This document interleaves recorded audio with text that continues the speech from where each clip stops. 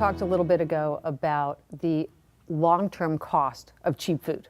Right. And yet the argument from people is that to eat healthy is actually very expensive. And I've had this debate with people for years that no, if you really do some planning and make some smart choices, you can get nutritionally valuable food, but for not a lot of money. Right. So let's play What Does David Eat? Well, Okay, that's a great question. All right, so here we go. What does David eat? What is your favorite nutritionally dense low-price meal? Like if you had to have like your best meal. My best meal. Yeah. Well, I would start out with some mixed nuts, which I think are great. They have great protein in them. They taste good. And they have 50% salted nuts, so if you want the salty taste, you can have that. And I love fresh vegetables. I mean, I love a great salad. And salad doesn't have to be expensive. I mean, tomatoes can be pricey, but if you buy right at certain outlets, like I know Trader Joe's, you can get a box of cherry tomatoes for like $2.50, and they'll last me the better part of a week.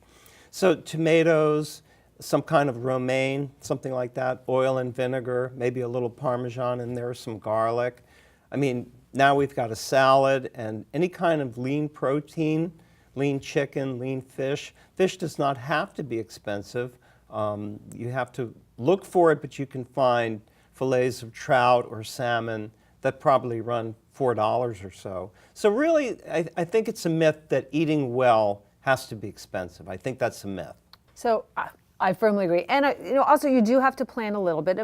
I'd have people tell me that they don't have time to cook. Well, you can marinate a chicken breast, stick some salad dressing and put it in a baggie, and it takes the same time to stick it in the oven to bake as it does to stick a TV dinner into the oven. You can also buy a non-hormone, non-antibiotic chicken breast that's going to cost you a little more, or chicken, whole chicken, but that's going to last you a few days. You can have chicken salad one night, you can have hot chicken the other night, you can make a chicken sandwich for lunch. One of those chickens will probably last for 3 meals. It's true. So now let's talk about vegetable. Like I always joked with my kids that if in the midst of everything else, if they ate a carrot, or when I was young, if I ate a carrot, everything was okay. Right. So what's your favorite vegetable in terms of nutritional density?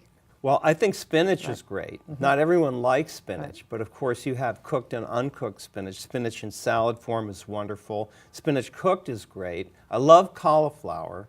Eggplant is one of my favorites. It's very easy to make. You slice it thinly and grill it over olive oil and maybe add some salt and pepper and onion or garlic, and it's fantastic, and it's quick to make.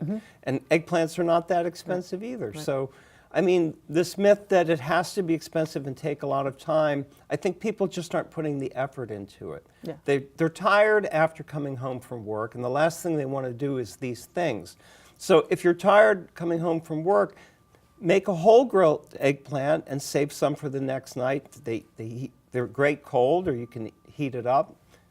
A little planning can go a long way. All right, and how about last category, let's do carbohydrates a little bit. Okay. Because again, everybody wants to eat their pastas. Yes. But there are a lot of healthy grains and a lot of other carbs that are far better nutritionally. They are, but let's talk about pasta. People think that on a low-carb diet you can't eat pasta. Well, they actually make low glycemic index pasta that costs about the same as regular pasta. And these are pastas that have been designed not to cause that big spike in blood starch level, blood sugar level, and insulin level. So you can have angel hair pasta or elbow macaroni and eat fairly healthy like that.